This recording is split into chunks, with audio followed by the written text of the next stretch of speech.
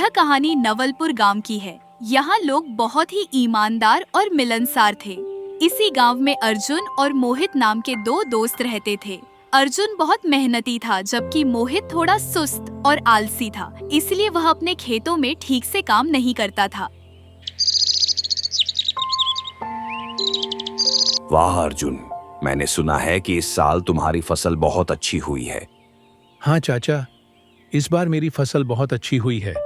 अगर मैं इसे बेचूंगा तो मुझे अच्छा मुनाफा मिलेगा। बेटा, तुमने अपने खेत में कितनी बोरियां अनाज की कटाई की है? चाचा, मैंने 5 एकड़ जमीन पर 200 बोरियां अनाज की कटाई की है। अच्छा चाचा, मैं अब चलता हूँ, मुझे आज अनाज बेचने जाना है। जिसके बाद अर्जुन वहाँ से चला जाता है। कुछ देर बाद मोहित भी अपने खेतों की ओर जा रहा था। अरे मोहित, कहाँ जा रहे हो? चाचा, मैंने सुबह ही खेत में अनाज की बोरियां भर दी थीं। अब मैं उन्हें लेने जा रहा हूँ। मोहित, तुम्हारे पास भी 5 एकड़ जमीन है ना? तो इस बार तुमने कितनी बोरियां अनाज की कटाई की? हाँ चाचा, मेरे पास भी 5 एकड़ जमीन है और इस बार मैंने 1 एकड़ जमीन से 20 बोरियां अनाज की कटाई की है। इस हिसाब से मैंने 5 एकड़ जमीन से 100 बोरियां अनाज की कटाई की है। अरे बेटा, अर्जुन ने तो अपनी जमीन पर 200 बोरियां अनाज की कटाई की है, जबकि तुम दोनों के खेत एक ही इलाके में हैं। ये सुनकर मोहित हैरान रह गया। क्या? मेरे दोस्त अर्जुन ने इस बार अपने खेत में 200 बोरियां काटी, लेकिन उसने मुझे बताया नहीं। अच्छा चाचा, अब मैं चलता हूँ, मुझे आज और भी काम है। घर पहुंचकर उसने अपनी पत्नी को सब कुछ बताया।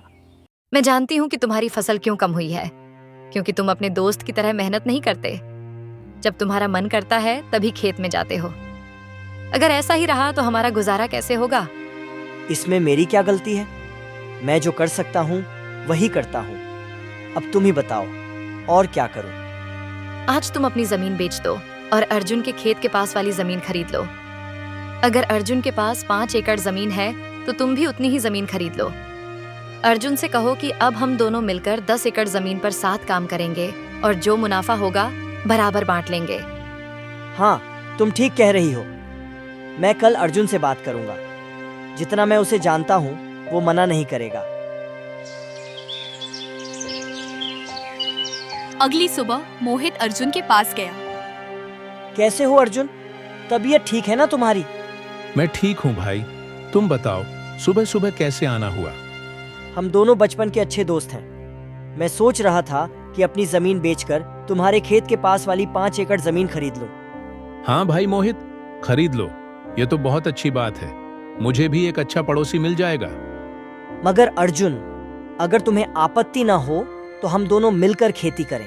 अलग अलग काम करने से बेहतर है कि दोनों एक साथ मेहनत करें ताकि अच्छा मुनाफा हो सके। हाँ भाई, मुझे इसमें कोई आपत्ति नहीं। चलो अपने सेठ जगदीश लाल के पास चलते हैं और जमीन की बात करते हैं, क्योंकि मेरे खेत के पास वाली जमीन उन्हीं की है। इसके बाद दोनों दोस्त सेठ जगदीश लाल के घर की ओर निकल पड़े। नमस्ते सेठ जी, मैं अर्जुन के खेत के पास वाली जमीन खरीदना चाहता हूँ। तो खरीद लो, हमने कब मना किया है? लेकिन जमीन खरीदने के पैसे लाए हो? असल में सेठ जी, मैं अपनी 5 एकड़ जमीन बेचकर अर्जुन के पास वाली 5 एकड़ जमीन खरीदना चाहता हूँ। तो खरीद लो, लेकिन बदले में मुझे तुम्हारी जमीन के साथ 5,000 रुपए भी देने होंगे। क्या? सेठ जी, मेरी जमीन भी 5 एकड़ है और आपकी भी 5 एकड़, फिर 5,000 रुपए क्यों? देखो भाई, जमीन की कीमत जगह और समय पर निर्भर करती है। अगर खरीदनी है तो 5,000 दो, नहीं तो कोई बात नहीं। ठीक है सेठ जी, आप 5,000 ले लीजिए, बस मुझे जमीन दे दीजिए। मोहित ने सेठ जगदीश लाल को पैसे देकर उनकी जमीन खरीद ली। कुछ दिन इसी तरह बीतते गए। सुनो भाई मोहित, हमें कल से खेतों की जुताई शुरू करनी होगी, तो सुबह तैयार रहना। मोहित अपने मन में सोचते हुए। ओह यार, खेतों की जुताई में बहुत मेहनत लगती है। बैलों के साथ पूरा खेत जोतना पड़ता है। मुझे इस काम से बचने के लिए कोई बहाना बनाना पड़ेगा। सुन भाई अर्जुन, आज मेरी पत्नी के पिता का निधन हो गया है और मुझे उनके घर 12 दिनों के लिए जाना होगा।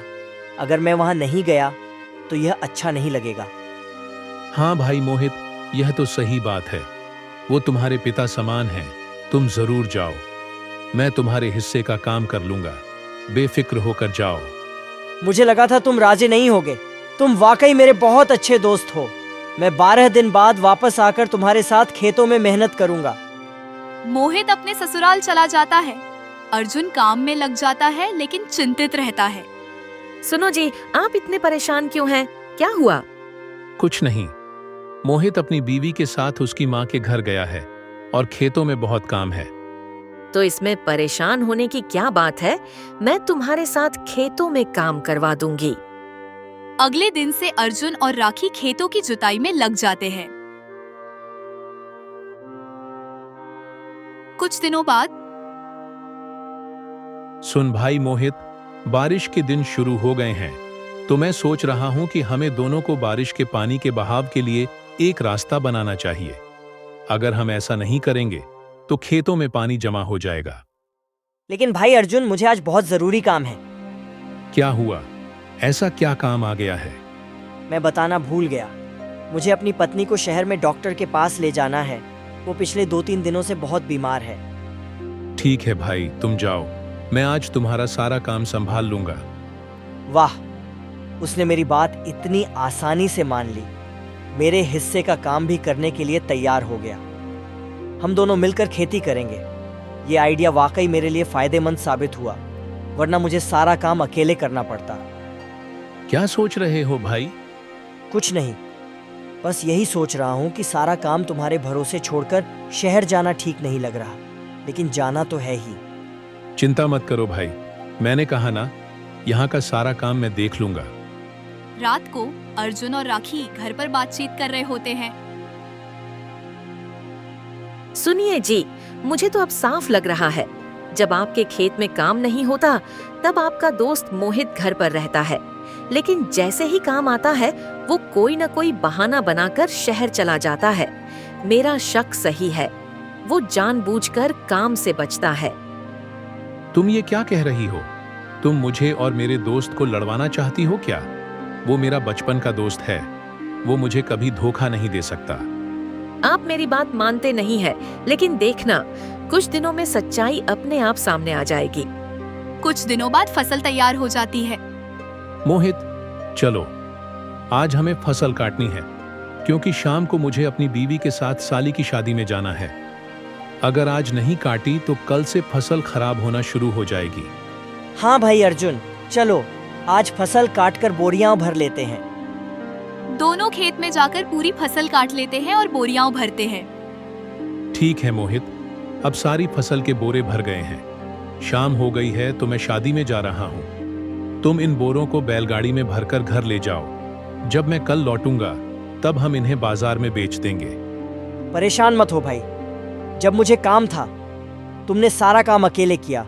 अब तुम्हें जाना है तो मैं सब अकेले कर लूंगा। तुम्हें फिक्र करने की जरूरत नहीं है। मोहित सारी फसल बैलगाड़ी में भरकर घर ले आता है।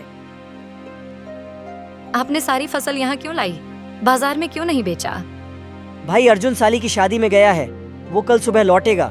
जब वो आएगा तब हम साथ में बेचेंगे। खुशी की बात है कि आपने बोरे यहाँ ले आए हैं। मेरे दिमाग में एक आइडिया आया है। क्या ख्याल है सविता? बताओ, ये फसल यहाँ लाना क्यों सही है? देखिए, आपका दोस्त कल सुबह तक वापस आने वाला है, और इस दौरान अगर हम यह सारे बोरे अपने घर के पीछे वाले कमरे में रख लें तो सारी फसल का पैसा हमारे पास आएगा। हाँ, तुम बिल्कुल सही कह रही हो, लेकिन हम अर्जुन से क्या कहेंगे कि यह सारी फसल कहाँ गई?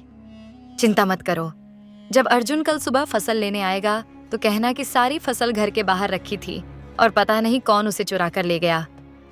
बस यही कहना है, वो कुछ नहीं कर पाएगा। तुम कितनी होशियार हो। मैं तो बस खेतों में काम करने से बच रहा था और तुमने सारी फसल अपने पास रख ली। वाह सविता, तुम इस काम में जरा भी देर नहीं करती। चलो, हम सारी बोरियों को बैलगाड़ी से उतारकर घर के बाहर रख देते हैं, ताकि गांव वाले भी देखें कि हमने बोरियां बाहर रखी हैं। फिर रात को हम दोनों उन्हें छिपा देंगे। रात को मोहित और सविता सारी बोरियों को घर के पीछे वाले कमरे में छिपा देते हैं। अगले दिन अर्जुन मोहित के घर आता है। अरे भाई मोहित, तुमने सारी बोरियां कहाँ रखी हैं? आओ, आज इन बोरियों को बाजार में बेचते हैं। हाँ भाई अर्जुन, चलो चलते हैं। अरे भाई, हम तो बाहर आ गए, पर बोरे कहाँ हैं? खुदा की कसम, मैंने सारे बोरे यहीं रखे थे। मुझे नहीं पता, मैंने कल रात सारे बोरे यहीं रखे थे। मैंने सोचा था कि हम सुबह इन्हें बेचने ले जाएंगे, लेकिन अब क्या करें, सारे बोरे चोरी हो गए हैं। हाँ, ये चोरों का काम है, वरना कौन यहाँ रखे हुए बोरे ले जाएगा। भाई मोहित, तुमने क्या किया? तुमने 6 महीने की मेहनत चोरों के हवाले कर दी। मुझे तुमसे ये उम्मीद नहीं थी। अरे भाई अर्जुन, तुम ऐसे क्यों कह रहे हो जैसे वो फसल सिर्फ तुम्हारी थी? मैंने जानबूझकर वो बोरे नहीं खोए, मेरा भी उसमें हिस्सा था, मैंने भी नुकसान उठाया है। हाँ, ये सही कह रहे हो। चोरों ने हम दोनों का हिस्सा छीन लिया, बहुत बड़ा नुकसान हो गया। अर्जुन चुपचाप घर चला जाता है। क्या हुआ जी, आप इतने उदास क्यों लग रहे हैं? अर्जुन ने राखी को सब कुछ बताया। खुदा की करम नवाजी है, क्योंकि आप बहुत मेहनती व्यक्ति हैं। आप हमेशा अपनी मेहनत का फल पाते हैं। आप चिंता मत करिए, भगवान किसी के साथ अन्याय नहीं करता। कुछ देर बाद अर्जुन अपने आंगन में सब्जियां उगाने के लिए खुदाई शुरू करता है। खुदाई करते हुए उसे एक बर्तन दिखाई देता है। अरे, यह तो सोने से भरा हुआ मटका है। राखी ने सही कहा था, यह मेरी मेहनत का फल है। हे भगवान, तेरा लाख लाख शुक्र है। इसके बाद अर्जुन उस मटके को अपने घर में ले जाता है और अपनी बीवी को दिखाता है। देखिए, खुदा ने आपकी मेहनत का इनाम दिया है। मैंने कहा था ना, भगवान किसी के साथ अन्याय नहीं होने देता है। और इधर मोहित की बीवी ने मोहित से बोला, सुनिए जी, आज रात हम यह फसल मेरे भाई के घर ले जाएंगे और वहाँ रात गुजारेंगे। फिर कल सुबह शहर जाकर इसे बेच देंगे। हाँ, तुम बिल्कुल सही कह रही हो, मैं यही करूँगा। रात को मोहित और सविता उस कमरे में जाते हैं और देखते हैं कि सारी फसल की बोरियां खराब हो चुकी है। ओह, क्या हो गया? फसल को जरा भी हवा नहीं लगी, जिस वजह से सारी फसल सड़ गई। यह सब तुम्हारी वजह से हुआ है। जो मैं अपने हिस्से की फसल पाने वाला था, अब वो भी नहीं मिलेगी। सब कुछ खत्म हो गया। सीख कहानी से हमें यह सीख मिलती है कि हमें कभी किसी के साथ बुरा नहीं करना चाहिए, क्योंकि जो दूसरों के साथ बुरा करते हैं उनके साथ अंत में हमेशा बुरा ही होता है।